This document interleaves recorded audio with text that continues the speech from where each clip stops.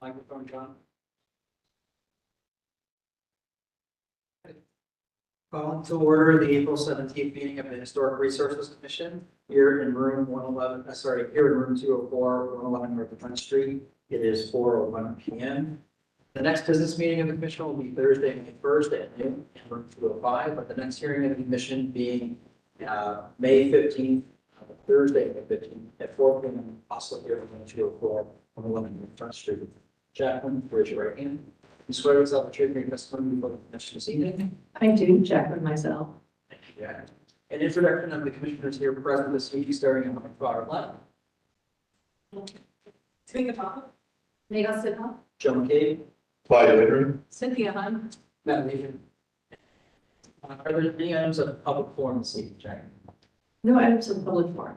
Okay, having no items of public forum, moving on to approval of staff approvals. So moved. Second. Having a motion and a second, is there any further discussion? Hearing none, all those in favor say aye. Aye. Opposed, abstention, motion passes. Moving on to approval of the minutes from last meeting, March 20th, 2025. So moved. Second.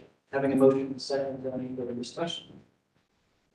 Hearing none, all those in favor say aye. Aye. Opposed, abstention, motion passes. It's approved. On to certificates of appropriateness for this evening, starting with, it looks like Jacqueline, first two cases have been moved to staff approval. That is correct. Okay, moving on to new applications then, starting with application number 3, 617, 619 Oakwood Avenue. Is there anything here with that? You can approach. And you can stay standing here and raise your right hand. You swear to tell the truth in your testimony before the commission this evening? I do. Okay, if you can state your full name and association with the property of the record. Brent Odson, I'm the production manager for River Valley Restoration. We're the contractor. Okay, wonderful. Have a seat. Thank you, gentlemen. Is the microphone? Is there a little red light on? Green, Okay, there you go. hello. Thank you. Okay, Jack. This application for 617, 619 Oakwood Avenue is to remodel a severely deteriorated porch. That conceptual application previously came before the commission in February of this year. At the April business meeting, the commission noted that the general style of the porch appears to be similar to the historic photo. The commission asked to confirm the height of the railing and if it will meet current code requirements. The commission noted that there was a height range provided on the drawings of 34 to 38 inches and another height on the materials page, and asked that the final measurements be included on the drawings. The commission noted that the section drawing on page 5 was a little too vague, and so requested a more specific section drawing be included, and that showed detailing for the handrail and how the system will come together. And then the commission noted that the metal pole piece at the first level should be removed. So following the April business meeting feedback, the applicant has submitted revised drawings. The drawings have been updated to remove the metal pole, to include an updated section drawing, and updated the height of the railing on the drawing to be 38 inches. It's just a note here, typical porch flooring specifications for historic properties, such as that staff approved, are usually somewhere between 1x3 or 1x6 tiny groove. Often yellow pine decking. The porch flooring proposed today would be 5/4 by 8 pine. So the commission will need to discuss if the proposed porch flooring dimensions are appropriate. And then we currently have the proposed dimensions listed below. And the height of the railing on the drawings has been updated to be listed as 38 inches high. And staff recommends dimensions on the drawings and the materials list match for clarity. And staff recommends clarification on how the porch will be affixed to the building, such as will it be affixed through tie rods, installed through mortar joints, or existing poles. So staff recommends approval of application COA 2500244 at 617, 619 Oakwood Avenue in the Old Oaks Historic District with the following conditions. And that's that the drawing material sheet dimensions match, and then there's clarification on how the porch will be affixed to the brick building. The basis for the staff recommendation is the city code 316.11 standards for alteration, specifically numbers 4, 5, 6, 11, and 12, as well as the guidelines regarding porches and stoops. I'll conclude that. Thank you. Is there anything the applicant would like to add? With the different responses that I got from Jacqueline, I think that I went back to the architecture firm and they have confirmed that they definitely feel that they've met all the requirements. per the emails that we've got. So it's in your hands now.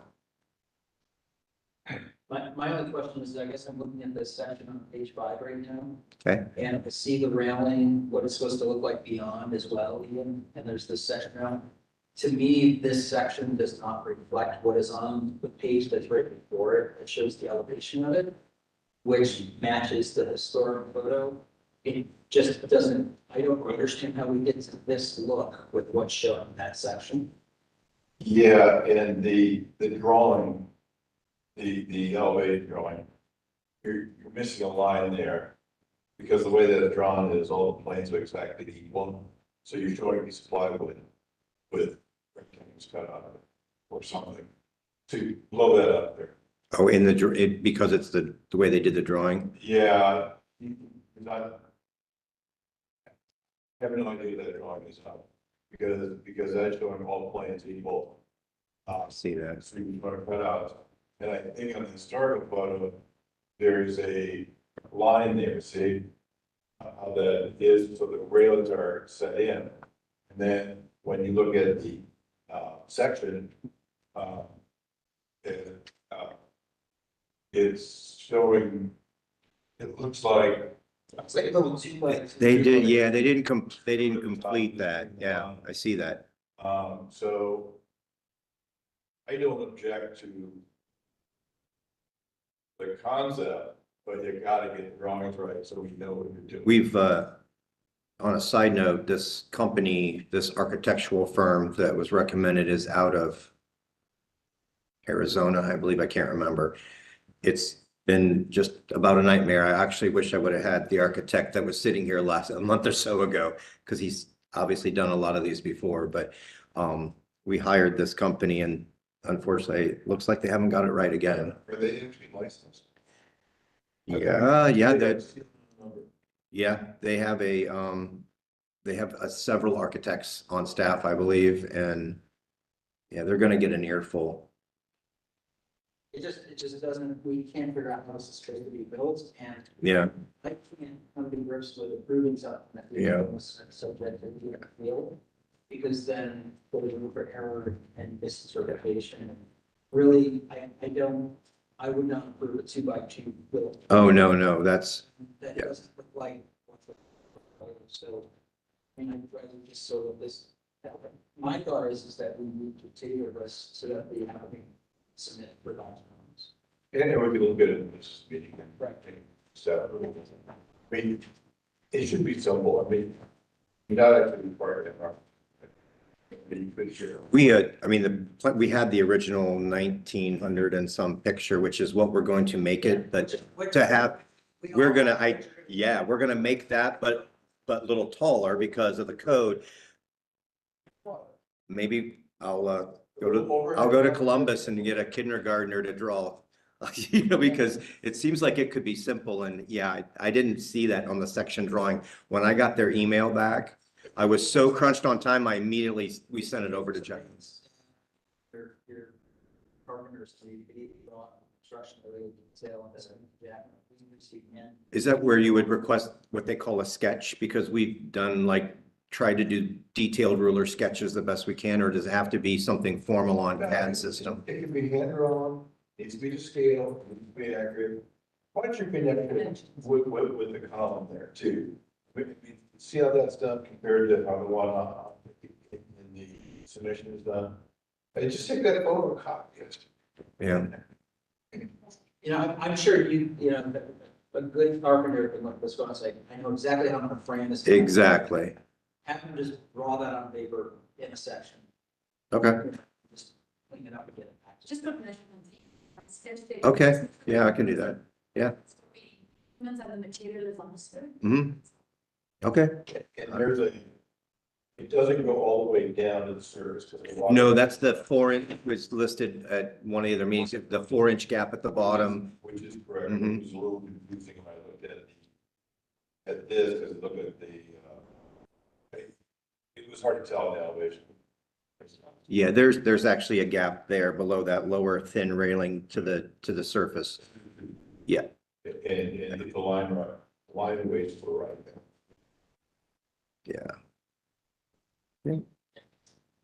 I make a motion to table, application CO A 250024, since when I will put out. Would be to table or consent.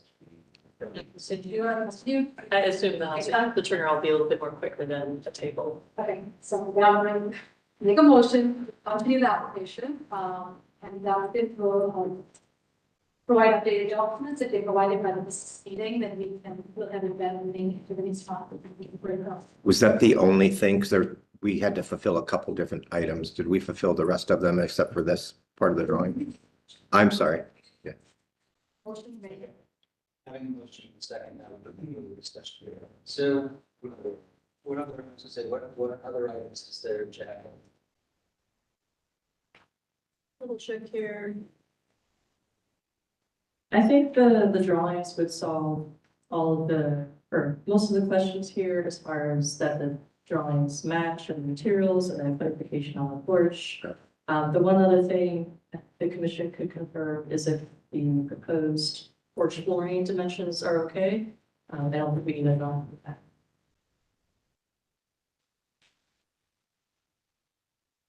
It's a typical 1x8. So what does it look like in elevation? And it just looks like trimmed out baseboard, so. Yeah, it looks like you have zero slope on that roof, which is fine with us, but you really want that? It's actually rubber and we're, yeah, it's an EPDM roof. Oh, it's Yeah. existing? Okay, Yeah. gotcha. So you're only in the roof. Well, the tree went through the roof. So yeah, it's for, that's what the elevation for is for the whole thing. So the roof will be rebuilt as well. This, which is the soffit area we talked about last month, which was agreed upon by the commission that because of the tongue and groove original, it actually holds water and will rot again. So we needed to have the drainage point through it, and everybody kind of agreed to do what is the correct way to do it with the 1x, I think you actually gave me an option of 1x6 or 1x8 or something for the planks. I can't remember exactly what it was. Yeah, that was approved last month. I think that's it. So having no further discussion. Mike Ford of particularly. There's something odd going on, and this is just for you to take back. Sure. The way that this is drawn, I think this is a flat piece, correct? And we're talking about, that's the background there. That's the roof. We were just looking at the porch here. This is represented as well, flat roof depth, but that doesn't make any sense with being able to support flat roof. Okay, So once again, the detail of what is actually represented is inconsistent between the drawings. This is really just the depth there of a fascia or a gutter. Almost. I got you. There's actually structure that will have to take place to hold up that roof. Yeah, yeah, And even the flat roof has slope. exactly. Yeah. All that, just, you know, we're not your designer, but I would just caution you that something would have to look. Can, is that something that I need to, do we need to address? That is a concern or? Well, the concern I have is that the way that looks. And Okay. it's not even actually a possibility executed. Then it just creates a question, just like the railing. Mhm, The mhm. railing.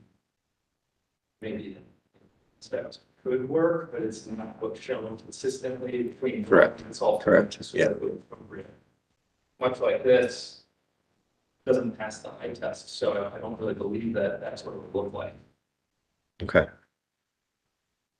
And I can't remember, it's been a little while since I looked at the picture of that, what the house actually looks like because it's kind of collapsed in the pictures right now. It's kind of hidden where that, it used to be screen covered. Somebody had put metal, almost like a screened in porch up there at one time, and that's not, definitely not historic. So we're kind of trying to fight to go backwards. So the only picture we had was that little one to go by in the lower right corner there. There's a Google photo that could probably look pretty well. I think it's a good perspective of some overhang and some depth. Yeah, because that roof line definitely looks thicker than what you said this drawing looks, yeah. To be mocked by the drone. We look great, it's a great business. And check the floor plan also, the floor plan shows that you have, incorporated post.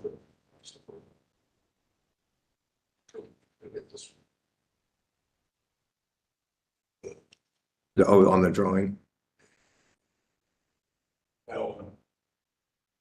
Yeah, I'm not an architect either, so yeah, right, the two main ones. Those are actual where the porch uprights would be every so many feet, just the railing are those ones in between there of how it's going to attach to the brick. So you still only have the two main brick columns on the outside, but yet when on the drawing, it doesn't show that there's even posts there. I caught that too on the, It's good for you to take the time out to sort out. yeah, exactly. Yeah, yeah, you pointed out some details. I'm gonna make some heads roll. Thank you for that. Just again, I'll clarify, the motion that we still going to continue, give the applicant time to fix, the drawings, to make sure that we actually want to build, it's shown in the drawing. So whether it be rating, roof, floor details. So whatever it is, it needs to be consistent and come back to us. Any further discussion? And, one clarification question for the commission. So the elevation does call out an aluminum fascia. Is that an existing condition or the proposed condition for the porch? I'm sorry, what was that? The Fascia. Can you speak up, Jack? Oh, yeah, so the aluminum fascia, is that an existing condition that's being called out, or is that the proposed fascia for the new porch? So on which area? The architect probably put that at the top, but I believe the original picture that we had because of that screen porch, that's a painted wood up there. So I would rather have it, yeah. How much of this condition still exists out there? In measurable condition. Outside of the storms we've had, that's the most recent picture that we have, which was just, I mean, a few months ago. And then now the trees are gone. Construct as is. I can get, yeah. Yeah, I can get some guys out there. Yep, can do that. Okay, so there's a motion to move all over in favor, say aye. Aye. Opposed, abstention, motion passes. Okay. We just gotta get back further back for drawings. Stay in touch with staff. You can't make the next deadline, just so it's clear for your cases. Yeah, she does a great job emailing. Well, all of this list of things we just discussed, because I won't remember all of them, with the porch, the measurements. Okay, all right, thank you.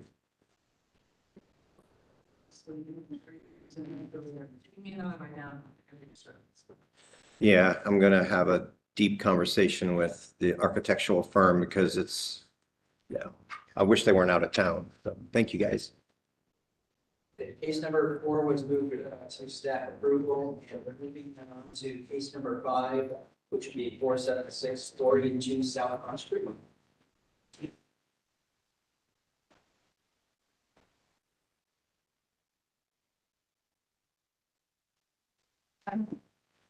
If you could both. You each swear this all the truth and testimony before the commission this evening. Yes. Can you please state your full name and association with the property record? Jake Bugo with Gunsman Architecture and Interiors, working on the architecture for this project. Jennifer Rufner, also working on the architecture project. Okay, let's see. Back. This application for 476 482 South Front Street, for the sake of brevity, I'll just mention the overall headers for the proposed work, unless anyone wants to let right out specifically. But this application includes demolition and exterior alterations, including at most elevations here, and then a little bit of site work, as well as some new construction. So I'll skip the historic context as well, but going to the April business meeting feedback. At that April business meeting, the commission had noted that while the updated submitted rendering was very helpful, it shows daylight coming in and being able to see through the railing. So the commission had asked if the applicant is expecting to have any kind of light fixtures or having light come in through the railing poles that would replicate what the rendering is showing. The commission noted concern that the railing will continue looking like a solid mass without the continuous light in the way that the rendering depicts. The commission had asked if the applicant had thought about using glass for the railing. The commission noted that the perforated metal is not an appropriate railing system for this context. The commission noted that given the complexity with the mezzanine, they understand and can support the proposal to install the garage door with the window above. The commission noted that they appreciate having a door on the primary facade, as that's making a gesture back to the original condition. The commission pointed out that there is an existing double hung window on the main building, just slightly to the left of the proposed addition windows. Some commissioners noted they could support more modern windows on the new addition, while some commissioners clarified that the prior concern about those new addition windows were that they appeared as very flat glass pane against the solid material, and it was hard to tell if depth had been added to the windows. The commission noted they could support different window types at that location to distinguish as a modern addition, as long as the windows did not appear as flat or cut out, and that the shadow line would be important to making those addition windows work. The commission confirmed with the applicant that the addition will be set back behind the parapet, as it is an important piece, and that the lighter the addition looks sitting upon the building, the better. Some commissioners noted it would be helpful if there is a precedent to inform the story of the addition siding material, and asked if the applicant could include a similar image from the Brewery District with a similar siding application. The commission asked if the addition siding was going to be installed horizontally or vertically, and noted that some renderings show vertical siding, but that the horizontal siding appears to work best visually with the addition and building. Some commissioners noted that while they generally are supportive of the look of vines, know the damage that vines can do to the historic masonry long term. There's some additional questions about vines, but I'll skip ahead since vines have been removed from the masonry portion of this application and are just going to be on the rooftop part. And so some commissioners noted that they would not be comfortable in approving a demolition part without knowing the project is going to move forward, and just asked that the applicant make sure to avoid splitting the application scope in regard to demolition and new construction work. The commission expressed concern that the mechanical equipment rail will be very visible from certain sides since the railing is so close to the parapet, and that will add a visually detracting element. And they had some concern with the aluminum mill finish that might look shiny. The commission asked if it would be possible to pull the rail back or if all that roofing space will be needed. The applicant had clarified that they may be able to pull the mechanical rack back somewhat. However, with the building being so narrow, they will need a certain amount of space around that equipment and likely won't be able to move the rail back very far. So the commission suggested the applicant think about a different system or having that railing being consistent with the railing that was used at the stairs. So in response to the commission feedback, the applicant has revised the proposal to include the new trellis with vines on the rooftop portion only, and clarified that they will be removing existing vines from the brick building. The applicant has also updated the mechanical rail to be black in color. So staff recommends continuing application COA 2400133 at 476-482 South Front Street to allow further discussion of and the applicant time to submit revised materials responding to the commission feedback regarding the perforated metal railing at the front, the mechanical equipment railing, the alteration to the opening at the south elevation, and the rooftop addition windows. That recommendation is based on the city code 316.11 standards for alteration, specifically numbers 1, 3, 6, 9, 10, and 12, and the city code 316.13 standards for site improvements, specifically letters A and D, then the guidelines regarding windows and guideline amendments regarding window replacement. Is there anything we would like to ask prior to the commission discussion? No. Or have it. Anything you'd like to? Do you want to go over any items in your submission specifically since the business will address changes to the product since we saw it? Sure. So, By the way, feel free to approach the screen and ask them to which page you that might be easy to show. sure. So the only real changes here, and I'll start here with this. See that I'll start with this rendering here. The client made it known that they would like an entrance through the front of the building. So we did that with a garage door, an entrance into the front of the building. So we wanted to open it up with a garage door on the lower half, and then there's a mezzanine, which you see is separated there. Yes, right there. And then we have a storefront above the garage door. The other changes, we made the mechanical railing in the back, which if you zoom in to that right rendering way to the back, you can see it's really far back, so you can't really see it from the street anyway, but we did change it to black so that it won't be shiny. And then as for the railing on the parapet, we did consider glass. However, there are a number of reasons that we decided to not go that route. The first one being cost to the client. It is more expensive to go that route. Second, it would allow the users to be to feel safer when they're on the roof because it is such a narrow roof. It provides more of a sense of enclosure. Thirdly, you would see more of the furniture and things going on beyond. So we thought it would act as sort of some screening from the street. All of that. And what about flat windows that are there? There's a comment about somewhere in the side of the texture was vertical or something. Oh, they are all, this is a rendering error. They are horizontal as shown in the 2D drawings, the elevations. No, this is just the rendering hasn't been updated. Can you go back and look at those photos, please?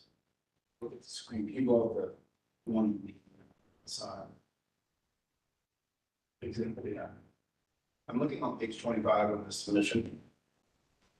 And I'm curious if the condition has changed with the two sets of rails or the two sets of landings. I know that we'd had a discussion about that, but this must be all rendering. It doesn't. This is Page 25.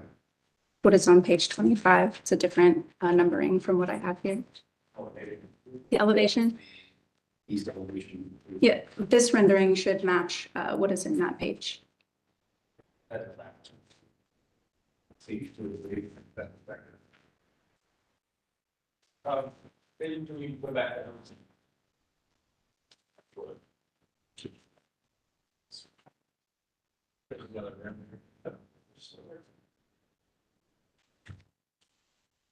Try that, yeah, great. So there's two. So that landing there meets the existing mezzanine on the interior of the building. That is where we are adding the door that we've mentioned previously as a second form of egress out of the building. And then the rest will take you up to the rooftop. The lower landing set back from the upper landing. Is that why we're not seeing it rather? If you go to the next page, on the right side, right there, you can see it there. Oh, yeah, they're going to sit on the roof. Yeah, and we do have it, that lower one set about a foot, exactly a foot off of the building as well. Thank you.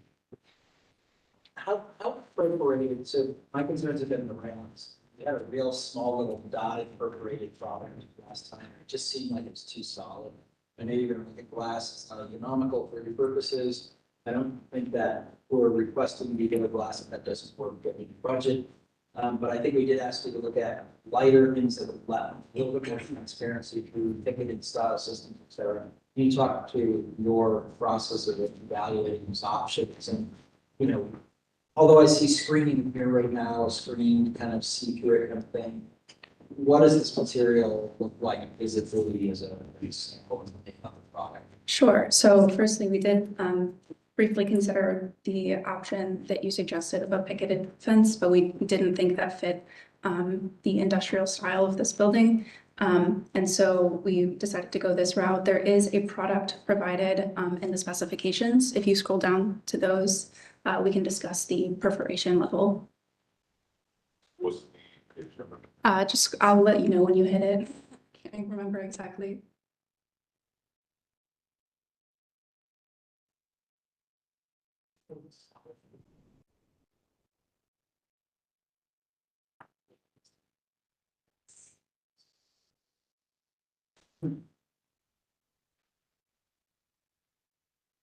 I mean, my overall concern is just that it's still such a big, like, giant.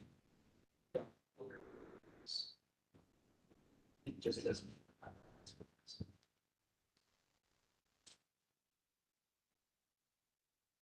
It was earlier on. Page 24. The Viva railing. There it is, yeah.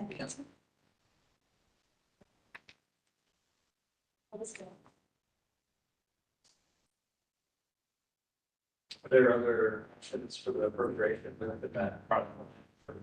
There are. Factor? There are other options. We didn't provide them in this booklet. There might be some on the next page. I'm not sure. Because I think that's what we're asking for, is for you to look beyond what is the policy.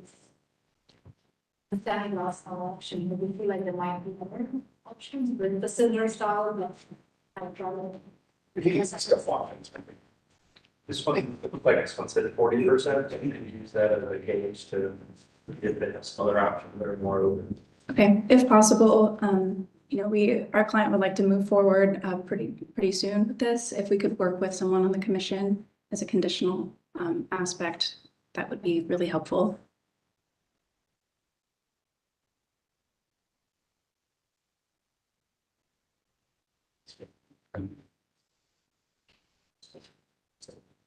Yeah, I think we, and part of it, we provided this feedback during the business, so we should, really nice if we came today with option, and we would have given you the. Oh, we were just under the impression that the options were glass or perforation. We didn't know that. No, that's the first topic has given it looks, look like blackness. Thing. So yeah. Yeah, with these railings, I think a physical sample is really critical, so hopefully that can be obtained pretty quickly, because with the right light, you do notice a difference in perforation, so maybe that's the next immediate step. So I'd be happy to work with you all on that if that makes sense, so. Do you have your laptop? Pull up this PowerPoint and see if there's something we'll do to look at. I don't have my laptop. Do you have yours? No, I don't. I don't. Yeah. Yeah.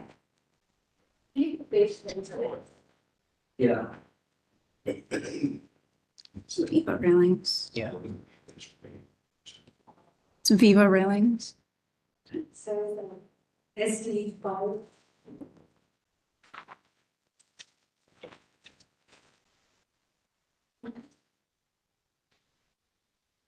No service. So yes, looks like you already have something going, then which companies, but then it was free amount. You need that. And because that looks like it's like. Yeah, that's just to differentiate the geometry of the stair. So we have a different railing setback, and then the other one's a little bit worse. No, it has a frame to hold it up, but it doesn't have, yeah. Yeah, just see it on page 130. Yeah, I was looking at the detail. So it's like if you zoom in, it's like a 1-inch diameter of rock. That's clearly. If I kind of like do the scaling of roughly to a 1-inch size, that's about the perforation size. Maybe it is enough to give a true screen of book. That. And I think it's looking like it's black, that's a color, so it's hard to tell, and that's the scale of image. Yeah, I would really focus more on the specification. Yeah. Here's another product. There.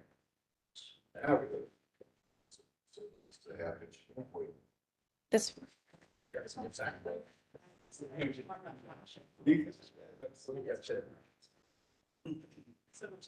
Yeah. And one option, if the commission is comfortable, you could set the commission subcommittee where you have, yes, two. I'm not comfortable trying to do this on the fly, because I think this client and this service firm need time to carefully consider it and make sure they're comfortable. Yeah. It's enough for us to say we need more transparency.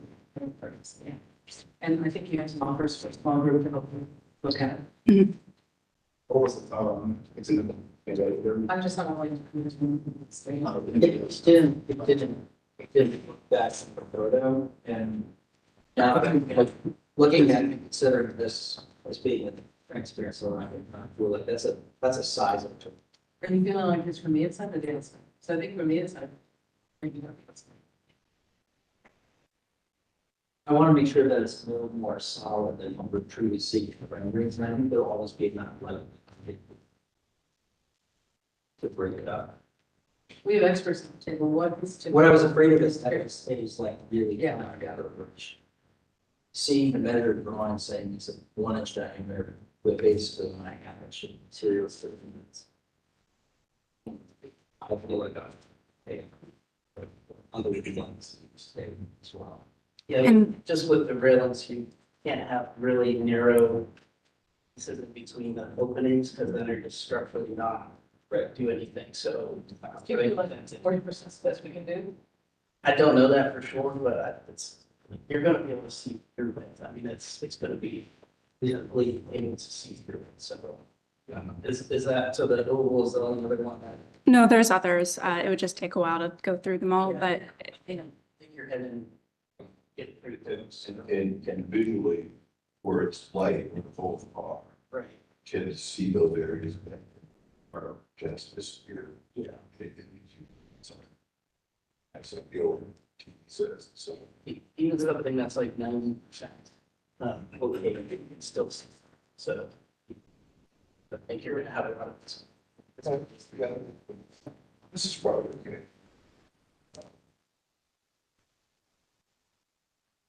The option you're showing, these products before, just getting larger circles, sometimes it can kind of get cartoonish in a way, even though you can get more opacity or transparency.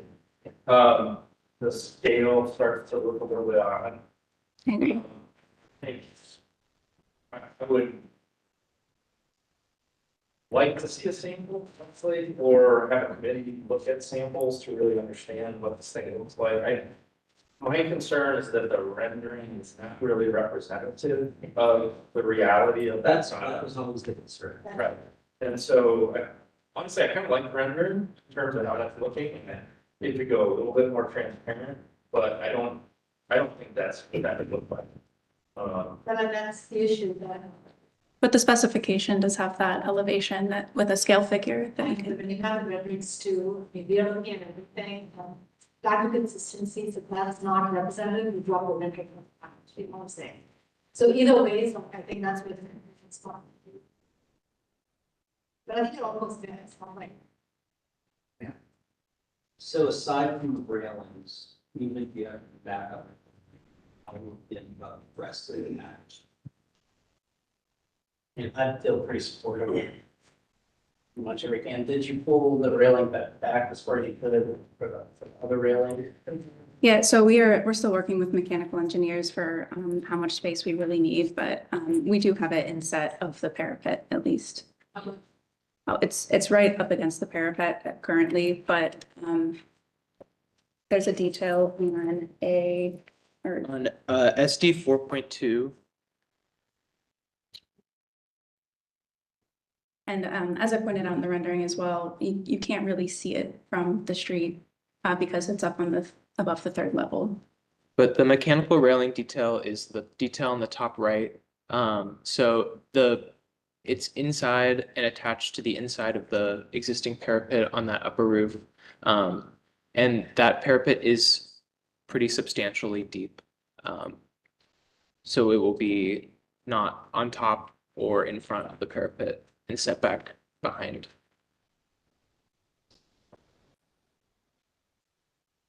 I would just suggest looking at that detail a little bit closer. Some water collection there, actually, and we should talk through. Sorry, which one? Again, I designed it for it, but I looked at yeah. a little bit more detail. Absolutely. In your structure, the way that's acting, anyway, enough of that. But the material of these, can we talk a little bit about those as well? The material of which? The railings. Oh, so the mechanical roof railing is just a pipe railing.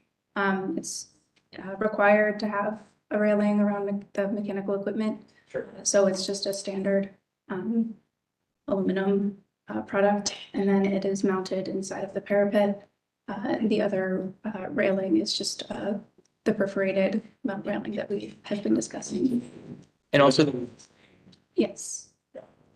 and to clarify, from the last business meeting, that mechanical railing did have an aluminum finish. We have revised that to a black, custom black finish. I just wanted to Correct. correct that. Where is that noted? Your Um, package? Right below that detail, there are some material images, and in the description there of the guardrail system, it'll be custom finished dark bronze. And that's listed in this in the materials page of our packet as well.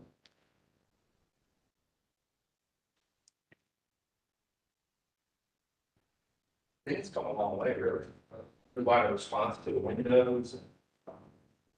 See a lot of effort into a lot of the comments we provide. I know we're nitpicking a lot of smaller things, but it's advanced quite a bit. That's my general thought. I do agree on that for the railing and the rest of the back is it's not pretty long. Questions so that we can maybe the applicant along. Why get them out, you guys will be able to service our subcommittee to give guidance on the rental. Sure. Yeah, we can do that. Great. Thank you. So the subcommittees, once you have updated materials or adoption of materials, this will send it to staff, and the staff will bring it to commissioners. The subcommittee commissioners will have a week to review and respond, and then we'll get that feedback back to you with, whatever that feedback may be. Would the rest of the commission feel comfortable with that motion to move forward with this project? Yeah, the only thing else is anything in the package that you should be represented, so if you're not gonna have lines on the walls, you have that, if you want siding, thing in the window to be horizontal, make the renderings out for you, and I think we'll be able to. Right. Or add something, because I think right now we're seeing about the difficulties, I know over time, some have updated, some have not updated, but a good final package, nature is more than 10 and 50. Was it just also when you have the same questions or whatever? I think we get your intent, just make sense. What we could do is condition the motion, any motion here today, based on that, providing records that show the siding and correct orientation. Do we need renderings? Do we need technical drawings? And the 2D drawings show it, correct? So drop it. If it's in there, we don't look at it. If it's not there. Do you need a revision then, since it's in the 2D drawings? I think so. Maybe need the asked for it. As long as the official in the field is. Yeah, so we'll need to just double check that we have the final permit drawings, and that's what we'll send. But I think that if the renderings do help to convey. Yeah, It's fake. But if the downstream stuff is different, just annotate it. You have to redo the render. Just having people say downstream stuff is more accurate. And I think that would just help us keep it straight. Right. That way, when we do the kids. It's a long time. Okay. Does that work, everyone? All right, what projects, motion to approve, to approve, COA 2500399. 46740 is not changed. With the stipulation that one things, one is that we'll have subcommittee of the commissioners that are going to provide further guidance on the railing. So we will get staff to do that. And then so the drawing package that goes to your final approval is consistent with actual intent of what's to be built, and all the drawings are either saying the same thing or adding the same way. Oh, and subcommittee members have been like And the subcommittee will look at physical representation as well as internet photos. I was second that if you speak, that's okay. Motion or second or approval. And the community members being proposed to be planned are okay as well. Yes. Any further discussion? Any further clarification of staff? For the alteration of the opening, we just have, like a justification, so for our record. Which items? So there's that alteration where there's some windows and then it's gonna be converted to, at least some of them door. That would be the window to the door for access egress. It's now Accessibility, yeah, because of the levels, that part of it. Correct, yeah. So Do we need to say it? you would need to, if you could amend your motion. Yeah, it's clarifying the motion that, the one case, that the windows in the door, making that exception in this case for, accessibility reasons, for building functionality. So the building can actually be used for. Is that okay with the second? Yes. Great. Okay, any further discussion? Hearing none, all those in favor say aye. Opposed, abstentions, motion passes. I swear. Yeah. Thank you. Thank Thank you. Excited to see. Work with staff, they can work with committee. We'll get resolved in islands, Great. just be transparently and get in. Thank you, guys. Thank you. Thank you. Moving on to case number 6, 1036 South Broad Street.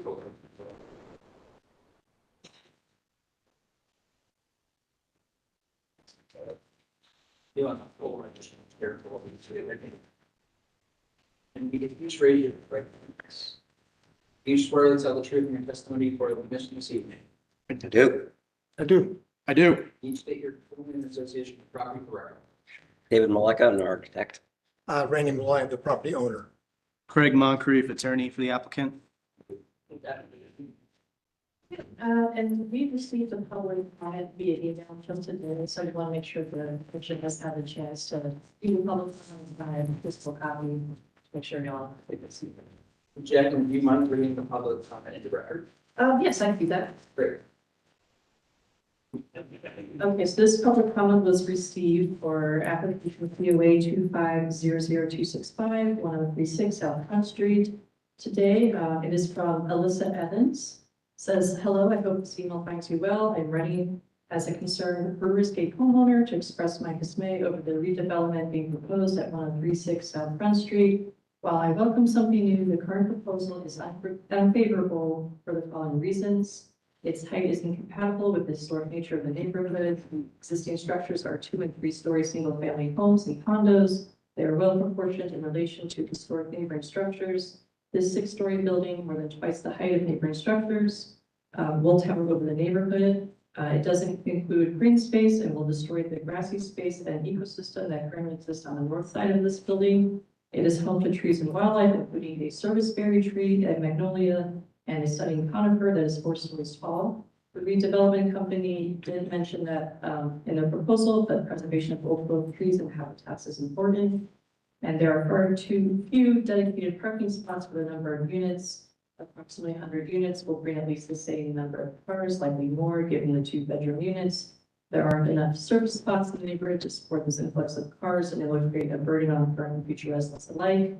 This lack of planning benefits only the developers. As someone who is deeply invested in the historic character and beauty of this neighborhood, the person asks that you reject this enormity of the Easton style development in favor of a project more in line with current residences. Thank you for your consideration, and signed Alyssa Evans. Thank you.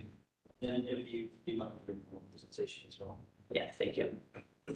Okay, so for staff report, for this application, the proposal here includes demolition, so demolish the Swiss chalet style building constructed in about 1962. And then as well as there's a new construction component to construct a 6-story apartment building and 1st floor parking garage, the combined parcels. And then they would have, they've also updated the application to include some materials. So materials will include vinyl windows, cement panel and fiber cement panel siding, tan brick siding, and concrete tile making terrace.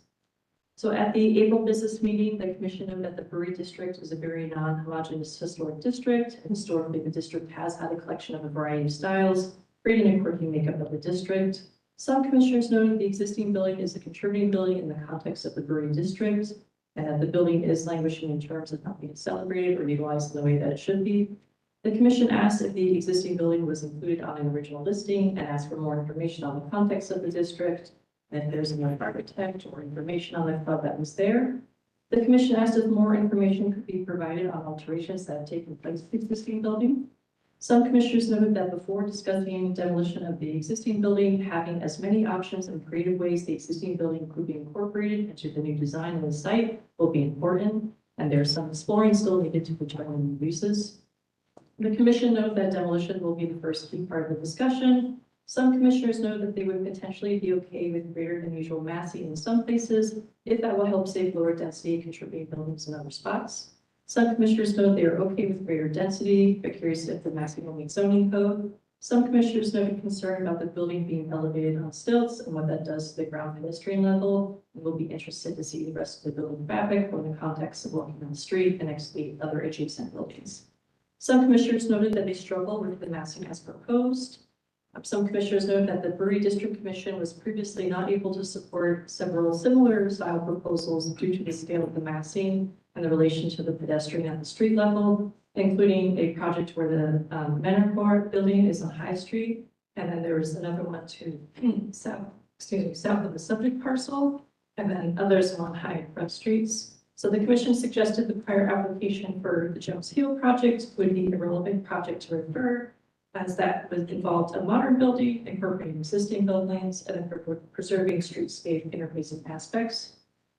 Some commissioners note that they have worked on projects with a podium-like structure professionally, with those structures needing to dress up a piece to prevent it from locating like it is on a podium, but noted that is a dialogue the commission can have when there's a more developed application package later on, and anticipate the focus of the discussion at the hearing will be only on demolition and massing.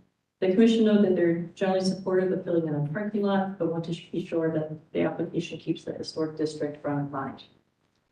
So for some staff comments, it is the conclusion of HBO staff, the city attorney's office, and the Department of Development that the Historic Resources Commission retains full authority to review all exterior alterations and new construction in the Brewery District as outlined in city code and the Columbus Register of Historic Properties and the Brewery District guidelines. So in recognition of historic preservation and design review being a key aspect of development, the zoning title 34 update includes chapter A, which regards the applicability of Title 31 Planning Historic Preservation Code, and that Title 34 zoning update does not affect the protections in place for historic districts and individually listed properties. So applications in the historic district require review by the Historic Resources Commission to ensure they meet the HRC guidelines and historic preservation architectural review city code, including chapters 3116, 3117, and 3119. Specifically, City Code Title 34A 10040 notes that design features regarding building scale and design elements, including building height and setback, are subject to the application of council adopted design guidelines as outlined in Title 31. And in regard to demolition, Title 34 notes that additionally, these commissions will maintain their authority to review proposals for demolitions of existing structures within their respective jurisdictions. So per City Code 3116.12, letter A, building height, width, mass, and proportion affect the degree of compatibility between the old and the new. And to balance adaptive reuse and restoration, City Code letter B allows for greater flexibility regarding the context of the original location and setting if the proposal occupies less than the full site. And then addressing the pedestrian scale of the district, City Code letter C requires height as viewed from the street shall be compatible with adjacent contributing properties. Set-offs may be used at upper levels. Physical size and scale shall be compatible to existing contributing properties without overwhelming them. And then letter L adds a structure which has frontage on more than one street or alley, resulting in multiple facades shall require application of compatibility standards to each facade. And then just for clarification on contributing property, City Code defines a contributing property as at least 40 years of age or contributes to the architectural character or historical and architectural significance of the Brewery District. And a non-contributing property is less than 40 years of age or does not make such a contribution. So HPO staff recommends the commission make a determination if demolition of the 136 South Front Street building would be supported at a later hearing with submission of plans for reconstruction. And HPO staff further recommends that the commission focus their discussion today for new construction on whether the proposed maximum setbacks are compatible structures as outlined in city code. And I'll skip the site context in the staff report that's there for anyone who wants to refer. The commission had also asked about the creation of the brewery district at the business meeting. So just to clarify, the brewery district was not part of a historic listing. Rather, it came out of response to groupings of demolitions and the moratorium. And so eventually a brewery district plan was created, and then much of that plan was then folded over into city legislation to create the brewery district in 1993. So that's how this thing fell. There's also some historic context here. I won't read that out unless anyone would like, but that is also included in the staff report. In general, this is a conceptual application, so the staff recommendation is that the commissioner should offer design feedback that can be utilized by the applicant to further refine proposal for review at a future HRC meeting, and so no action is required. The basis for the staff recommendation is the City Code 316.12, standards for new construction, and City Code 316.14, standards for demolition. The City Code 316.017, which includes definitions for letters P, Q, and R, and then the guidelines, including amendments of guidelines regarding window replacement. And I'll turn it over to the commission. Thank you.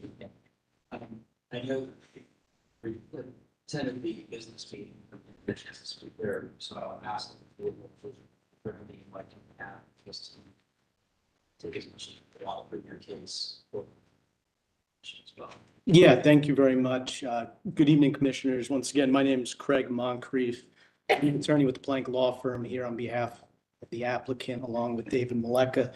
David's going to do most of the heavy lifting today, but I wanted to introduce ourselves and introduce the project, as I'm sure we'll be here a few times over the next coming months. But once again, this site is currently occupied by a commercial building and a surface parking lot. Used to be home of CD 1025. The property went up for sale recently. CD 1025 is no longer operating there. Our client went into contract to purchase this property with the idea of developing it with a 6-story building, first floor being parking, and then 5 floors of residential development. This goes in conjunction with Columbus's recently approved Title 34 zoning code. I'm sure you're familiar with it, but for some general background, this was approved recently to foster economic development, infill development, and more affordable housing. I believe even this week, Mayor Ginther had his State of the City address and had some poignant comments about adding 200,000 more units within the next decade to the region, and once again emphasized the need for affordable housing. That's what we're looking to do here, something with more density, with affordable housing. This will meet, we're asking for an extra floor, and in order to do that, you need to meet the affordable housing requirements, which we will do. So that's the idea with this development. For a little more specific note, this is zoned urban center district, which we've included in the packet a reference to that district under the new code. The intent notes calls for opportunities for infill development of vacant parcels and parking lots and redevelopment at higher densities. Like I said, this project will incorporate all of that. Procedurally, what we filed is a conceptual plan for the demolition, and we wanted to be upfront with that. The reason we filed that is because we've looked at every option and there is no way to incorporate this existing building into this development. So the idea is we wanted to get feedback on that. We want to be upfront about that, and then also give you an idea of what the building is, what we're looking to put there, and then come back later with more detail as far as massing, materials, things like that. So with that, we've reviewed everything. We're comfortable saying this is not a historically significant or architecturally significant building in the context of the brewery district. And we're looking forward to your feedback. And now, David, I'll turn it over to you.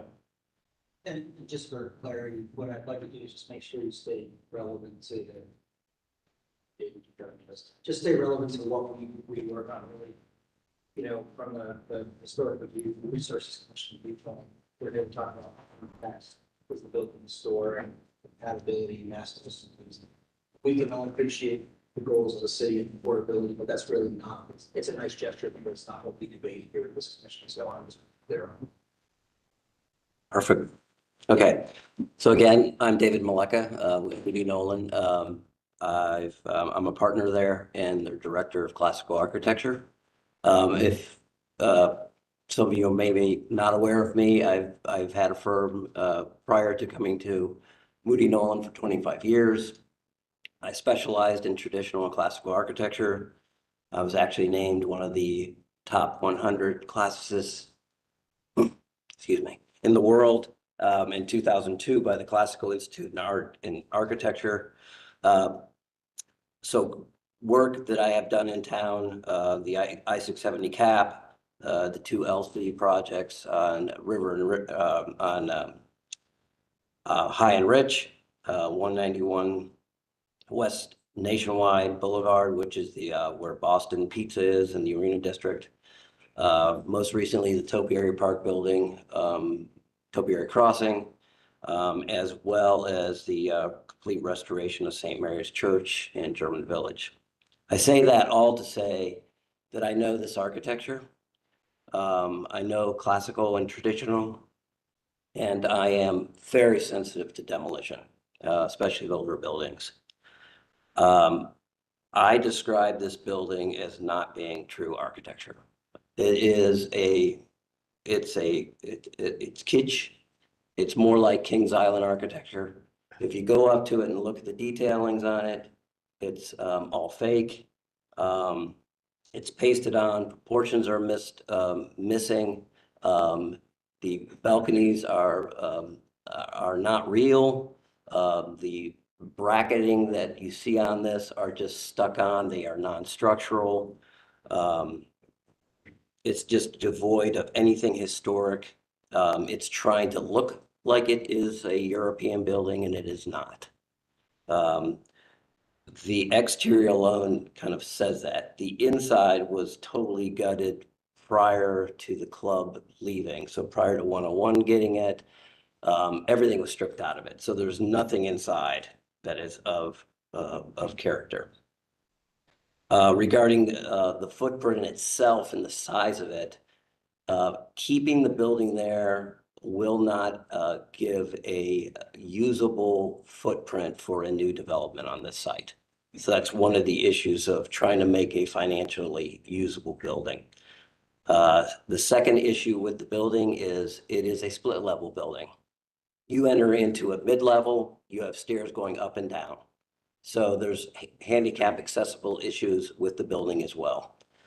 Regarding fire code issues, if we try to incorporate it into our building, we would have some fire separation issues that we would run into because they're going to be different construction types and their compatibility is not going to work. I guess there's another portion of this which I've just recently got photos of during the fire that happened, I think in the 60s. 72.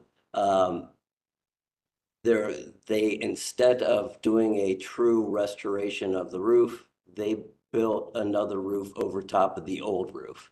So there's an old roof inside the current roof that has burnt timbers in it. And they basically just band-aided a fix. So all that saying, the building I don't think is significant as a piece of architecture. I don't think it's reusable because of code issues. And I think there's, if you tried to redo anything with it, I think financially it would be a mess to try to,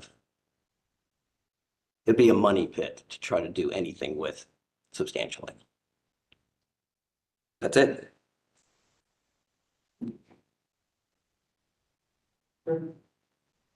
So question to the staff, I know you was suggested is that we keep aside, is that what I'm going to keep aside the damage part of this focus on conceptual design? No, so for the new construction to focus on when, for that part, the massing, and just the general concepts there. So the first thing probably will be focus on demolition, and then when it comes to new construction, drawings. So when it comes to demolition, I know one of the questions we have, is this historic or not? That's the biggest thing, right? And I know you outline some criteria, 40 years and all of that, for computing and all. And have you all done some research? Is there, what is your insight? Yeah, so for, my background is historic preservation, and one of the nice things about historic preservation, as it's evolved over time, not every building that's historic or contributing is going to be the big fancy house or building. And in the context of a local district, the threshold there is much lower than, let's say, an individual listing for the National Register or things like that. And then as part of recognizing that, our city code acknowledges changes over time and later in history as things become historic. So as part of the city code, the requirement is to be 40 years of age or contribute in a historic way. And looking at this building, it is at least 40 years of age. It's about 60 or so. And then historically, we looked into, it was used as a social club, which is kind of consistent with some of the other buildings in the area. So it has that local time and history. Also, the massing and style fits in with the general architecture of the district, especially as buildings were constructed over in that time, in that time frame of being that minimum 40 years of age. And that Swiss chalet style, kitsch is, we still recognize it as an important part of architecture over time, not as old, but coming into its own now, contributing. And this appears to be a relatively good example of that kitsch, and not a lot of changes. Some of the changes that have occurred to this building include the 1970s wing addition, and then there's those glass block windows added at the approval in 2010, and there's also looks like those wood awnings that I think are removable. So for our perspective, the building is contributing as part of the brewery district. And I just, turn over to the commission of your thoughts and whether you support complete demo, alterations, et cetera, et cetera. Thank you.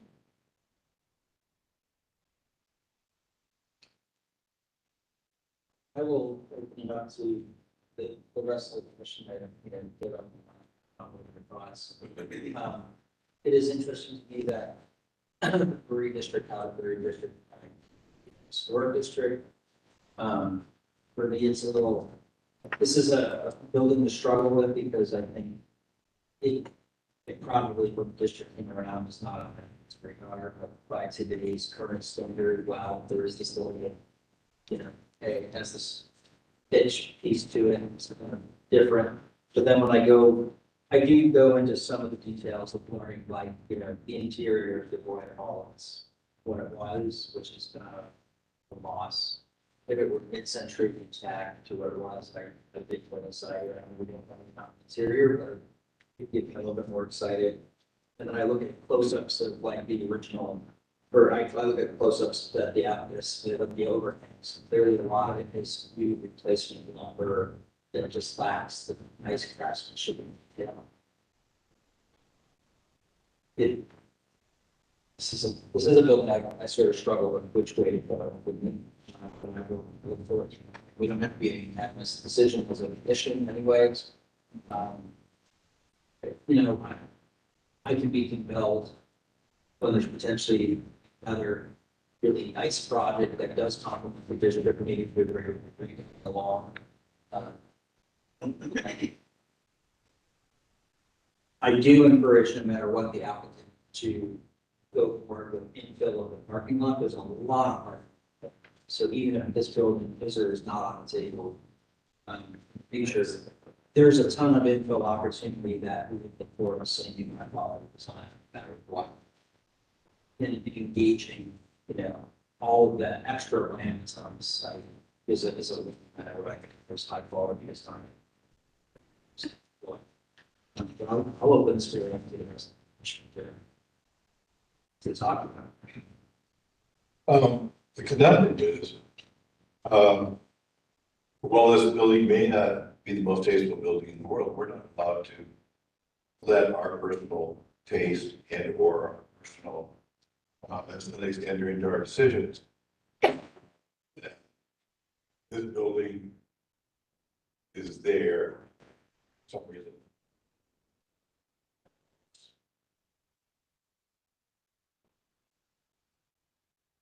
So what I'm concerned about is setting a precedence.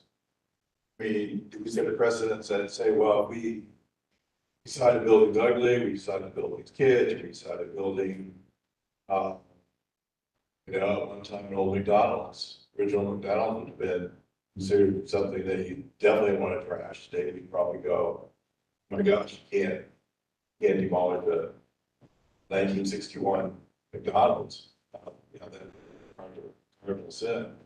Granted, this isn't historically the same,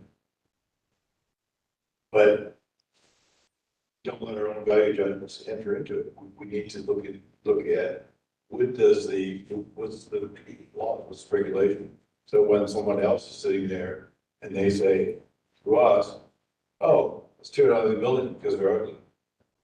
Maybe we had that same issue in the North Market District when the hotel was going to be built there, and they wanted to tear down that entire block.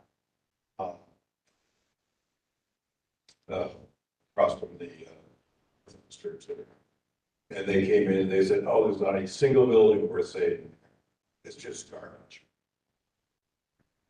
And over time, we said, wait, they're in the district, not exempt from the district.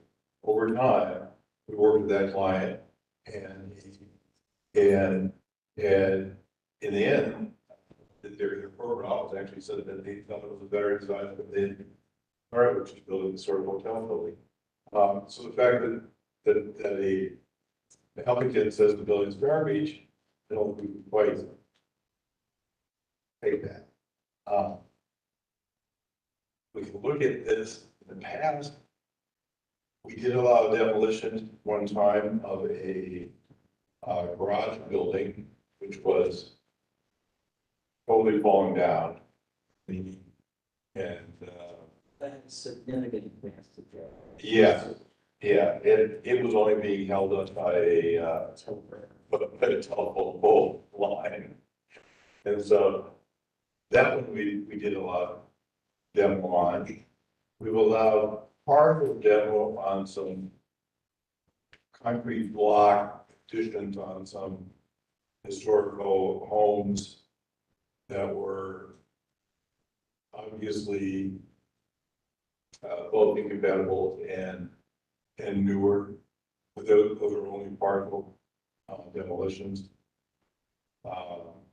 Renovations, they were on the back of the buildings. Can't think of another. They've been very, very slow on the time. Never finished. So, I guess that's what I'm struggling.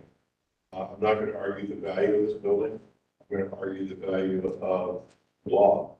And the law says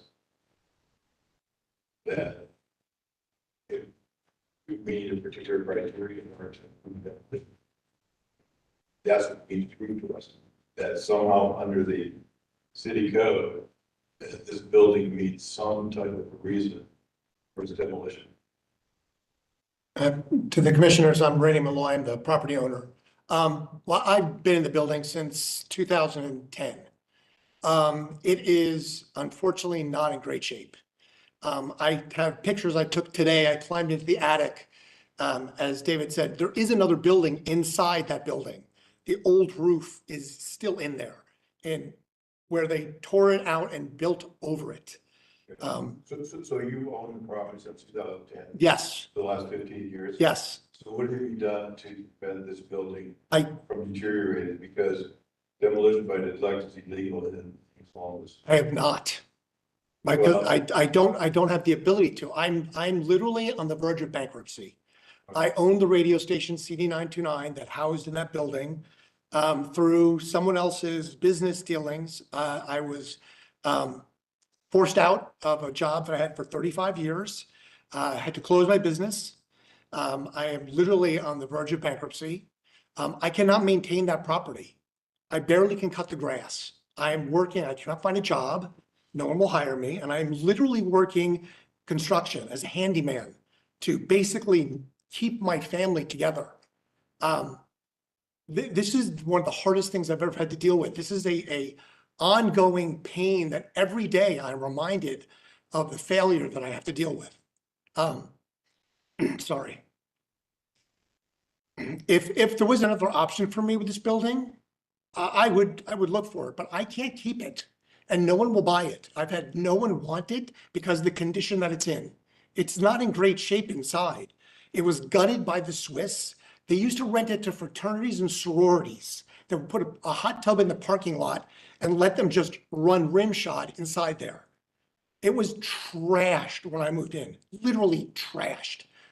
I mean, the lights fixtures were dangling from the ceiling. The ceiling was collapsing. I had to get insulation put in and a new roof put in because it was in such bad condition.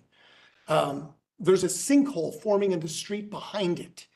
Literally, I had to call the city on a sinkhole that's starting to form behind the building, now flooding the building. It's just not a great building anymore. I tried to maintain the best I could for the past decade, but it's a huge project. It was never built, out of anything other. It's a block building with stucco. There's not a literal brick in the building that looks nice. There's nothing inside of it. It's devoid of anything that was left by the Swiss. I've been to the Manicore. It doesn't look like that. It doesn't look like anything. It's got, drop ceilings and, a steel frame, and it's just not, it's nothing special. There's nothing special about it. On the inside and the outside is all falling off of it. Well, I agree with you. The building itself. I mean, if I were staying in a historical district, probably not keep this building in. But how do we deal with that it has been included in it? In fact, if you were here putting together a historical district, probably, because I also sit on the national board for putting stuff on the national registry, and when people do the districts, they'll often say, very careful, one, because sometimes they will, on their period of significance to go up to like 1970, whatever, it's like, oh, you want to keep all of the aluminum fronts on those buildings, because if you put that date there, then it becomes where your period of significance is. So, and also be very careful on when you include that historical district and when you don't include that historical district. So at this point, though, it's included. So the conundrum that we're in is we need to have some legitimate reason why we can include the demolition.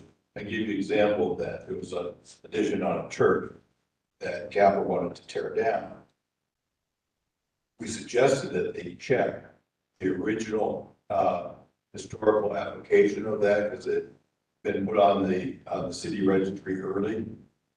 And fortunately, the historical application gave a precise measurement that went to the back of the church, period. Therefore, that addition was out of our authority, was out of our jurisdiction. So it was like, fine, we have no jurisdiction there. If this building were not included in the district, would have, and so I guess what I'm asking you is to come up, you're an attorney, come up with some legal reason why we can approve the demolitions, other than it's an ugly looking building. Because that's a value judgment. That's not something we can have. And I think that the code speaks about architectural significance. And I think it harkens back to one of the documents that was included with the package was the brewery district plan. And when you see references to the architectural style in this area, it speaks about brick and German village style. And like Randy pointed out, there's not a brick in this building. However, it has already been included. I think they're talking about those things for included into the district. As to what buildings include, it's my understanding it's what's been included. So that, I mean, it is. It's within the boundaries of the district. Meets the definition, current definition, should be, it's that age. Yeah, Correct. and it wasn't exempted as a non-contributing. But when it's also, there are also the, so then, 14 students. So the district is a district. Individual buildings may or may not conform within the larger district, and you've given us your thinking as a group.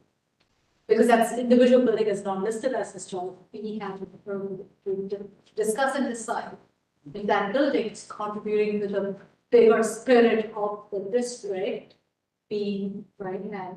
So in that context, I mean, I know the conundrum. Yeah. Just trying to think aloud. The conundrum gets clear when time changes and as time goes on, everything will be. Yes, absolutely. So, but I think, yeah, I think that's where I think we can bring some judgment. I'm not sure preservation, I'm an urban planner, so for keeping that hat on, I ask myself, right, and so for this group, if this building is kept, because whatever reason we decide to keep it, how is it contributing to the health of the district? Is there quality of this building? This is a very good thing. So you apply this out as at the historical context, point of view, Yeah.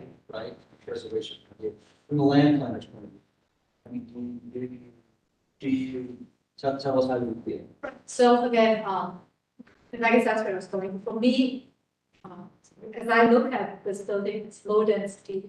And I know when you look at it inside, the use, the way the building is, it's got limited use in the future to contribute to the bigger kind of development strategy of the district, a contributing use, this parking lot on it. If this building is going to come in the way for bigger, for higher and better use of the site, then is that the right? So again, the confusion is, are we saving the building for the sake of saving the building, or are we saving the building for a grander reason? And if you're just saving the building for the sake of saving the building, then what kind of building are we saving? At least from my naive perspective, and I look at the material and such, it doesn't look like it's got materials that will last for a long time. Again, it doesn't feel like the quality of building I've seen on the Historic Resources Commission over the years that I've been part of it. I don't have to experience you all that. But this doesn't look like a building that I would like glance and like, oh, we should save this. So that is my, so I am leaning to the governance. Maybe there is a better use of the site if this building were not on it, but I am willing to be convinced differently if you all feel very strongly about architecture or the quality of it or the functionality of this. I don't see any of that. I want to be convinced. However, I also don't want to set a precedent I heard in it. which somebody can say, oh, we need to tear down this 1890s house because we're going to have a higher value built on this property that's going to produce higher residents, higher income, higher tax value and everything else. Because that's, that's one of the things that we, so. Yeah. I'm looking for an argument that we can then apply consistently to everybody who sits there and says, I want to tear this down because I want to build something better, or I want to build something with a higher value, higher residence, and then where do we draw that line? If we allow this building to be torn down, it has a very clear, very precise as to why. And then those criteria we have to apply for the next 50 years. Sure. No, I completely understand. So I think maybe this group can help us all decide what the criteria are and does this. Well, I mean, the criteria is if we don't. No, but does this building meet the criteria that we know of a historic building? Does this building get to that? I would actually want to see specifically here from the Chief Brewery Commission members that have been here, because they've been familiar with this district for so long. And probably know more of the context and appropriateness and direction of the district, Yeah, I'll go first. So I think that Brewery District is not homogeneous, which I think is really interesting. I think this building is an example of that. My question would be to get into the nuance of the building itself a little bit more personally. The addition that's on the back versus the front. I don't really understand all those details, so I would just like to know more information about that.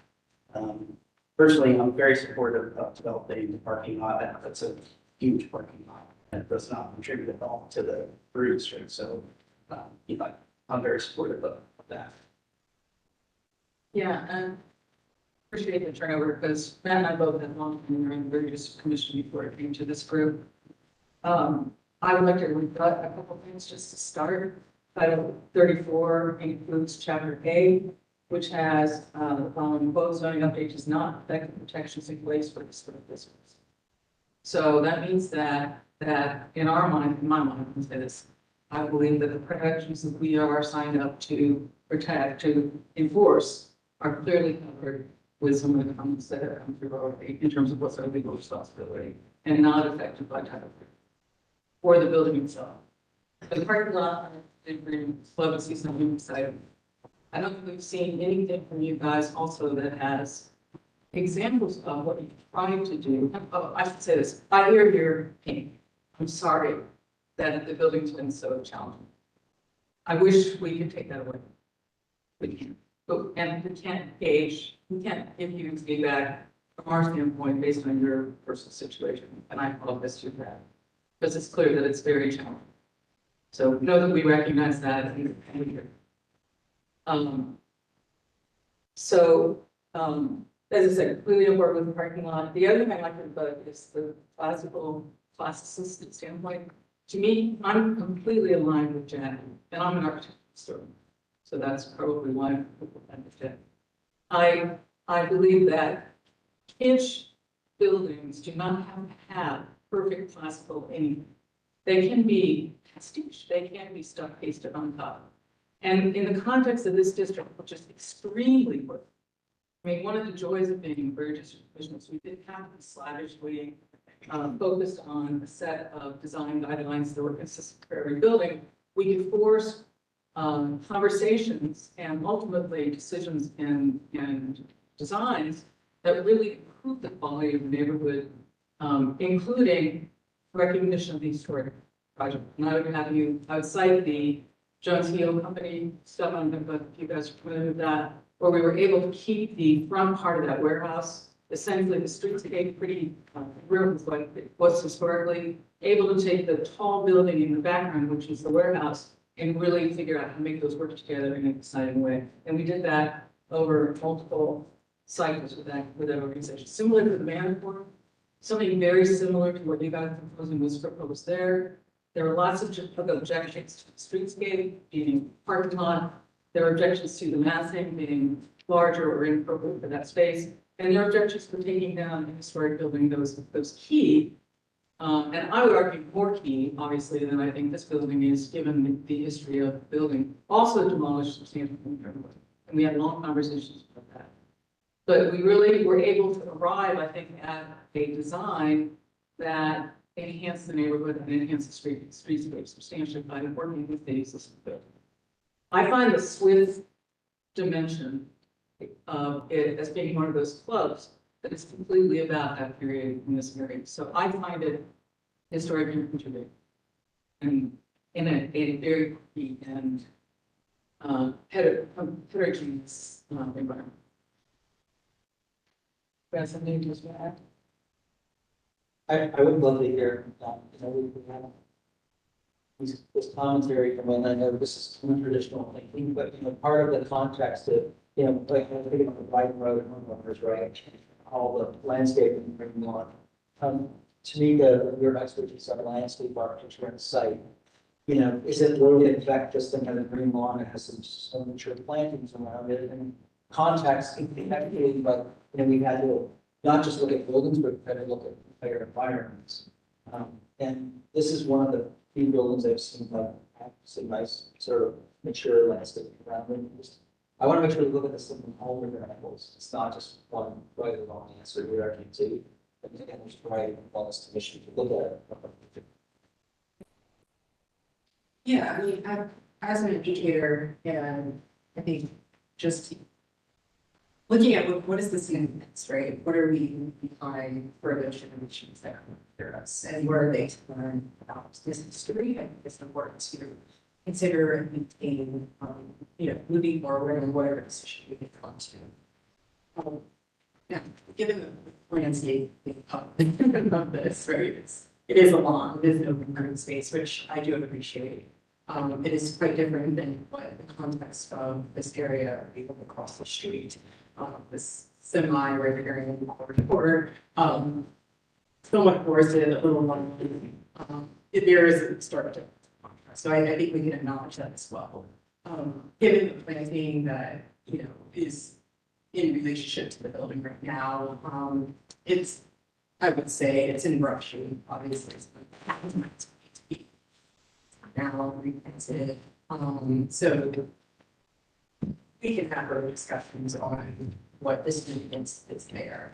But yes, we should acknowledge that this offers some green space in relationship to what have been the proposal for if the demolition were to move forward and the first floor parking lot didn't go in, what kind of screening and planting would go in front of that to mimic what we see today. I think that's the importance that we need to think about carefully. I think it's just going back to the architecture and what some of the arguments were earlier, in that it just can't be done to incorporate this building or the portions of this building in the design. In order to kind of solidify that argument, we have to see the proof that come through, practice and the rigor of actually trying out different variations before we can effectively give quality feedback on what the solution or resolution of that is and could be. So for me, I would just need to see more to make a small decision on what the significance of this building is, how it could be incorporated into any new design. Again, what is the legal basis for allowing demolition to move forward? And additionally, I approach it more specific. So we're spending time on that right now on Front Street corridor. But there's also a second street here. There's a second set of contacts, which is the Dashboard Avenue corridor. And what should that be looked at differently then? I mean, it's right now, I guess, the textual massing of this project that's been proposed out there from the masses that was simply building sort of rock to the extremes. What should Dashboard be treated differently from the front? Right, as far as siting, right, we should be able to expect at least the same amount of green space be present in any new proposal we brought to us. So yes, in your massing right now, we see there are some trees, but is that equivalent to what is already existing as far as the square footage of green space that is available on today? Yeah, I think this is back to from that have building demolition of our, I agree, we have to think about the setbacks and such, just if it was a piece of land, building to zero lot line. Again, thinking about, in this case, the bigger district, what's seen there is not, so all sides of the street, not even 2 hour view. And we'll look at other buildings and see how that is, and the green space and other things. I am interested in what the commissioner said, is there's the building, and then there's the wing. I'm trying to find out, is that wing, and if anybody has thought, is that wing to be treated differently than the main building? Is that, if it's a different period, does that have anything historic? Can it be those be two parts, or it has to, is it from an object perspective, one whole one?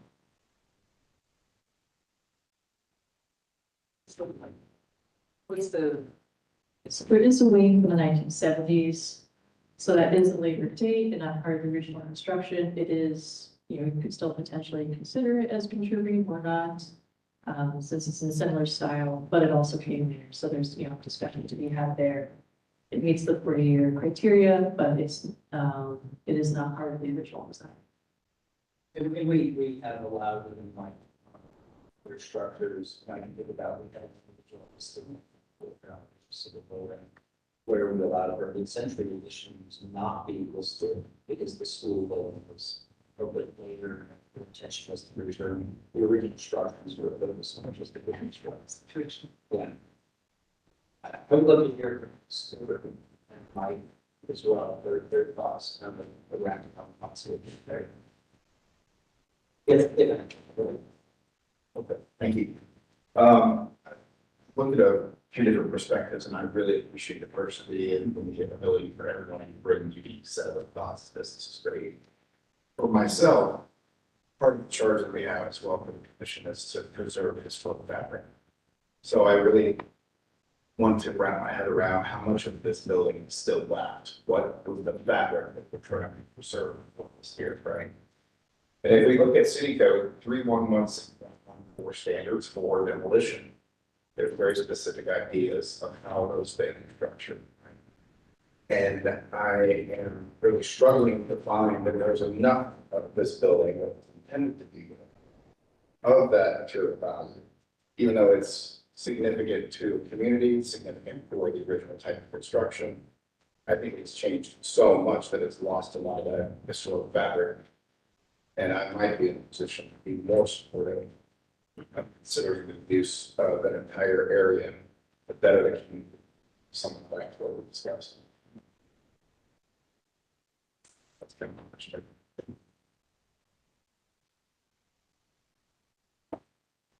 Yeah, I really appreciate all the feedback from the first opinions with the commissioners here. And for me, the radio station was a very personal thing for me, so I'm having difficulty with this because it just impacted me like for many years. And so losing that piece to me feels historic.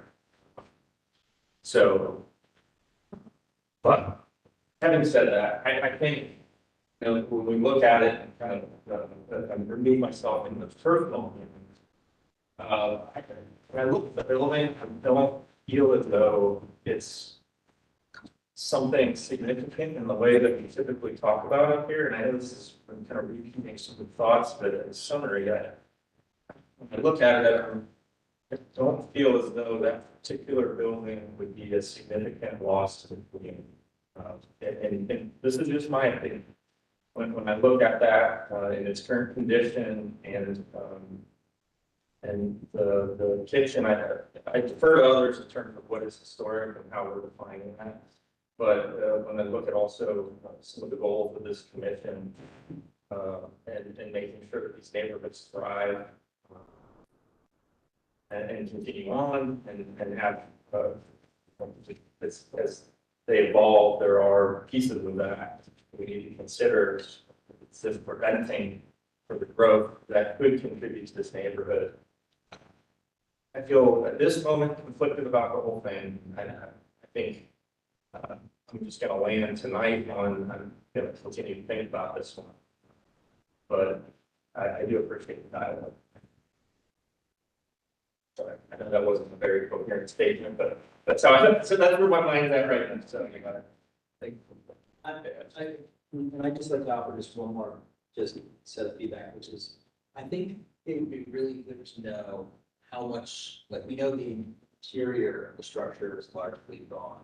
It'd be good to know how much, you know, I look at a picture like page 11, you know, that center photo, and I look, zoom in on that center photo. I see a lot of replacement materials, and I go back to, you know, half the windows are gone. There's a building addition. There's probably like there's this roof complication that's been mentioned. And I do also struggle like how much of this is just saving something that's just new stuff from maintenance tasks rather than actually original structure. So how much of it is just not even, it's just not there anymore. It's hard to tell a story.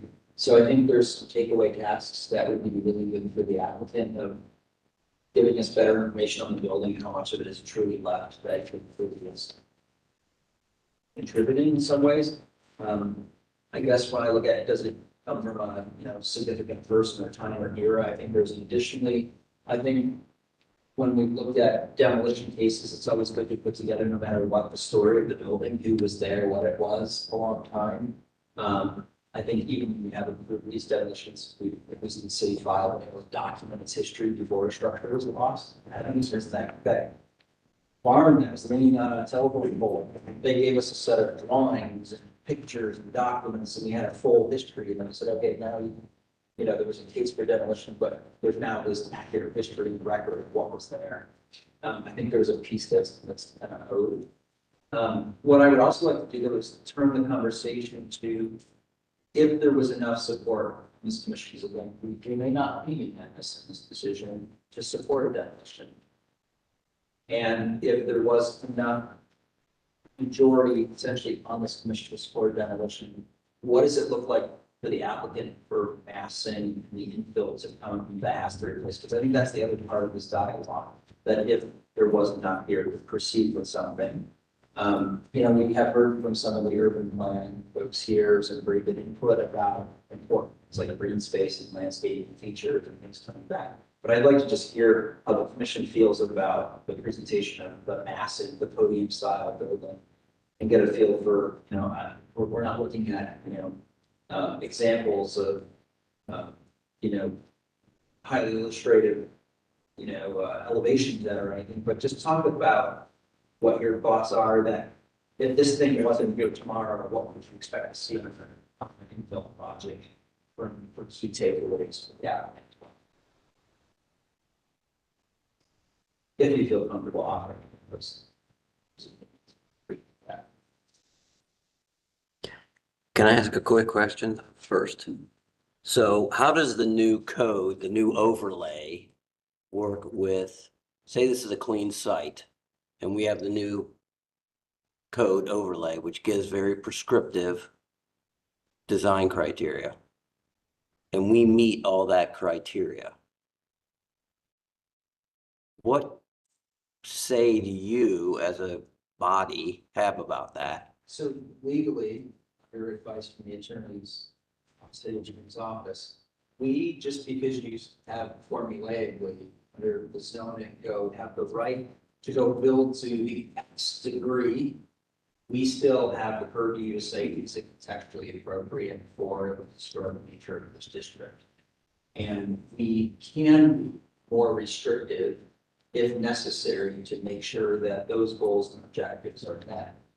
Historic nature is not. Did they get a copy of your staff? Yes. It's very well articulated in the staff report, exactly which elements are, should be considered. Like zoning just didn't invent sort of a prescriptive thing that we just rolled out with no subjectivity. It does understand that there are these historic districts that have nuances of conditions and things, and while they have this broader global thing, it recognizes that there has to be some way to apply that standard still to meet protections of historic buildings, historic neighborhoods. And sometimes it's not just that a building is historic, it may be a streetscape is historic. It's the way something is sited. Maybe the building next door is historic. Maybe there's several structures around it that give influence on height or mass and the window rhythms or cornice proportions, or that may vary or be more restricted than that. I read the relevant site, the title 34 zoning update does not affect the protections in place for historic district. Period. So the zoning code or city code that we are looking at is the standards for new construction, primarily for new construction. Yep. And then anything in Title 31, Title 34 defers to Title 30. So, again, just to offer some guidance or conceptual things from my perspective, thinking I would look for is, on site, if there are mature trees, that's something we would talk about. We'd like to see them, saved as much as possible. It's like snag in the middle of it and it's open, but so think about the trees that are there, what about setback? Think about, the human scale within the district. So this view, it's a hover view, humans are not going to see this way, so if somebody's on the street, what does that feel like? And so I think the attention to detail from the ground level, the scale level, will be important in a building like this, in an environment like the Permian district. So how do you still have a big building and get to your goals while still kind of helping that context would be important. And I think there's a valid point, for example, the one thing you did provide your dimensions, and there's a 20-foot first floor. And what does that really look like in context when you look at everything that's left of that building and everything that's right of that building? And how does that, well, this 20-foot first floor is a typical podium structure for a lot of reasons. So really well, so again, if I have to do that stuff. What does that really mean though? What can you do to start mitigating that to not create a historically impacted visual streetscape? So I think there's some things where we're going to say to you as the applicant, you have to help get us there on how we're not creating something that's just going to stick out like such a sort of, right. And once again, I think Jack's point, 3116.12 standards for construction, there are A through M considerations. And they talk about massing, they talk about respect for the neighboring buildings, they talk about all the stuff we've been talking about. I think if you sat down and really looked at that and looked at the design context, we are, in my opinion, one. The current view that we're looking at, I understand the level of detail that you guys probably add here to the studies in terms of capacity, units, relative relationships and how that works on the site. I think that it's just unfortunate. It's not doing me any favors today because it's a very blocky massing that isn't really speaking to the nuance that people are talking about here in terms of scale, the death-free nature of what it's like to experience the building. And I would suggest too that potentially look at, just make sure these dimensions are accurate, because there's, I don't know, this is a 3-story, is that right? Yeah. 3-story building. And I don't know, just scale-wise, is that really close to 50? I don't know. So I'm just posing the question, just make sure the graphics are accurate. And then as the other commissioners were talking about, what I think would be helpful is it could be perspectives, looking at what this is like in reality for the pedestrian experience, but also in unfold view. I think Commissioner Hayes talked about how does this actually relate to a flat elevation? What does this look like as that unfolds? So we can really understand the relationships. And then I'm sure as you guys work through it, you're going to get into more detail about what separates this into an appropriate building for the site. But it's hard to read into right now. I don't want to be too reactive because I just understand it's a massing at this point. But the massing itself feels really heavy. Right? So that's the. But I think you guys have more work to do in terms of working through that. And you know, I know that Columbus is a strange symptom of being averse to heights sometimes and sort of afraid of heights, and sometimes that's for the benefit of saving the historic district or saving context, but sometimes we also have to allow, you might say, to deal with districts. And, you know, I can think about this commission worked actually pretty closely with you on some houses on Rich, and where we had a new bigger building, we might get out there. And it saved sort of the two buildings in question, at least portions of them, not all, not the full buildings, in fact, took it off sort of the back ends of those buildings. And you got to build something much bigger behind it. Is, you know, the flip side of this is I go, well, there's 6 stories, too much in this neighborhood, but then also, is this a case for, you know, if the commission believed that the Swiss portion of this site was historic, is this a case for actually saying, you know what, 6 shouldn't be your maximum, because if you could save that thing, if you went higher on this other portion, is that also in play? I didn't know. That's something that was studied from us. But there may be opportunities to think about wins for everybody involved. And, you know, I don't know, you might be capped out at 6 stories under zone in, but then there's always variances and reasons to support variances because they can save a historic structure. I'm just throwing out wild ideas here. This is all dialogue. But I think those are things you need to kind of think about holistically and maybe think about showing us studies on massing and context a little bit more. I don't think this. as a precedent, we have allowed that. Yeah, parking is no, because we, Yeah. work elsewhere. Yeah, we've never shied away from, even encouraging higher buildings than the rest of the historical district. That's part of, gotta be relatively, change of the city, provided that there's other scale, other, uh, yeah, factors involved. So, yeah, we are. And then, to me, the story is like, this building, how does it become true of this time and the need of the community today while being sensitive to things around it? With that, height is part of what today's community developments and buildings need. It's so big, so like not, height is not scary to us as long as it's sensitively done with the right design details, right attention to street, to context, all of that. I think that's where we are. The first floor parking, it is kind of a, that's, I don't know how you put that in the context of the neighborhood, unless you can cite some examples along that street. But I think it's then the applicant's responsibility to, there are buildings that dress up podiums. Yeah, residential. And even in located in historic areas where podiums have just simply gone away, you don't even. And then building. Part of that strategy is lining the podium with units or commercial. Looking something glass or architecture that just speaks to what it is for. I think it's that next level.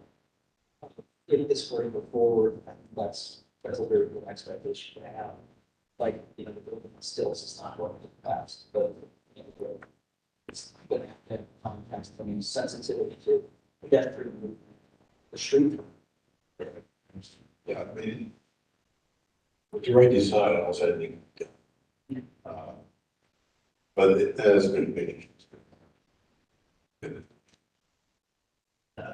I would echo your comments about roof lines and massing context, because there are some fairly interesting buildings directly adjacent to this. I would also think about showing the proposed development just to the south of the site, which we kind of approved. I don't know the status of that, so check on that, but. I think they're working. Okay, but that has been something I think is relevant to this conversation. I think the northwest and south facades are very important. All three of those, the east is not so much to me, facing, the alley to the east of the site. So, how the interface of all the massing works is critical on these very public entrances there. Anyone in favor? Yeah. That's why we're here. And you don't have to make it look like a historic. I think he does something that, you don't have to make it beige. I mean, so often we leave the historical district, so, oh my gosh, this people wants something boring. That's not really the case. I mean, we want, because I think if you look at it, code, really has to work with the neighborhood, but there's no prohibition against having a dynamic building, and the building can reflect over time. In fact, I would say that through district commission was maybe that entity did everything to push with this quality, do something. Yeah. So, and really in this addition to the neighborhood that people would mark on and want to bring us. I agree, and that's been our thrust also, is beautiful, high quality design. And not don't calm down, think you have to do boring. Or don't know. Potentially even just taking the facade of some of the examples that you're showing on the stage, the screen, like asking them all to maps, right? It would just help us have a conversation around what are possible iterations of options for the scale of the programs.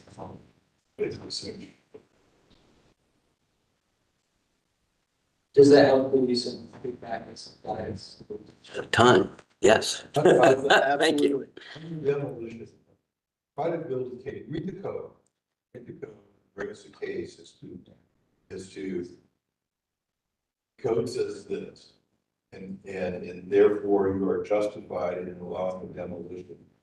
Because it meets this, and therefore we have a very precise reason as to why we would have permitted it and not permitted another case that came in last week or next week. But right now, you guys, Specific. so she can use feedback based on something line of paper. Absolutely.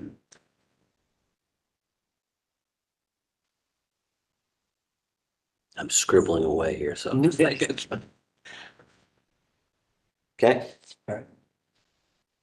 Thank you. Thank you. That was very Thank you. helpful. Thank you. Good luck. Thank you. Yeah.